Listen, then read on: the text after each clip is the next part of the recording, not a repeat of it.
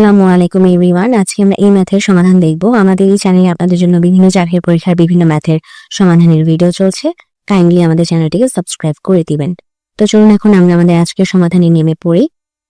এখানে বলা আছে কোনো সমকোণী ত্রিভুজের সূক্ষ্ম কোণদ্বয়ের পার্থক্য হচ্ছে 20 ডিগ্রি, তাহলে ক্ষুদ্রতম কোণটির মান কত? তাহলে আমরা এক কাজ করি, যেহেতু ক্ষুদ্রতম কোণটির মান জিজ্ঞাসা করছে তো সেটাকে আমরা এক্স ধরে নিই। আমাদের ক্ষুদ্রতম কোণটির মান হচ্ছে এক্স।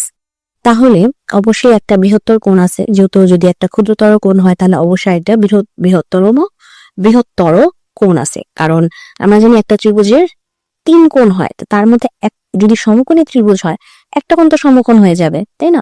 সো একটা কোণ ক্ষুদ্রতর কোণ হলে আমাদের অবশিষ্ট যেটা থাকবে সেটা হচ্ছে আমাদের বৃহত্তর কোণ। তাহলে আমাদের ক্ষুদ্রতর কোণ যদি এক্স হয় তাহলে বৃহত্তর কোণ হবে হচ্ছে আমাদের কত?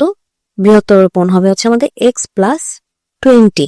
ওই যেহেতু বলছে কোণদ্বয়ের পার্থক্য হচ্ছে 20, তাহলে একটা যদি আমাদের এক্স হয় আরেকটা হবে এক্স প্লাস 20, কারণ দুজনের মধ্যে পার্থক্য তাহলে 20 হচ্ছে। ঠিক আছে, তাহলে এখন প্রশ্ন মতে আমি কি বলতেছে যে প্রশ্ন মতে যেহেতু এটা আমাদের সমকোণী ত্রিভুজ, একটা কোণের মান যেহেতু পাইছি, যে ক্ষুদ্রতম কোণের মান যেহেতু আমরা পাইছি এক্স, বৃহত্তম কোণের মান যেহেতু পাচ্ছি আমরা এক্স প্লাস 20, আর একটা কোণ সমকোণ সেটা আমরা জানি 90 ডিগ্রি, এবং আমরা জানি আমাদের ত্রিভুজের 3 কোণের সমষ্টি হচ্ছে 180 ডিগ্রি।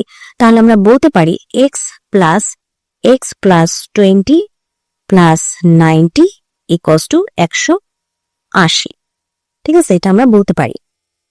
এক্স হচ্ছে ক্ষুদ্রতম কোণ, এক্স প্লাস 20 হচ্ছে বৃহত্তর কোণ, আর 90 হচ্ছে আমাদের সমকোণী কোণ যেটা। আর 3টা কোণের সমষ্টি আমরা কত জানি? 3টা কোণের সমষ্টি হয় হচ্ছে আমাদের 180।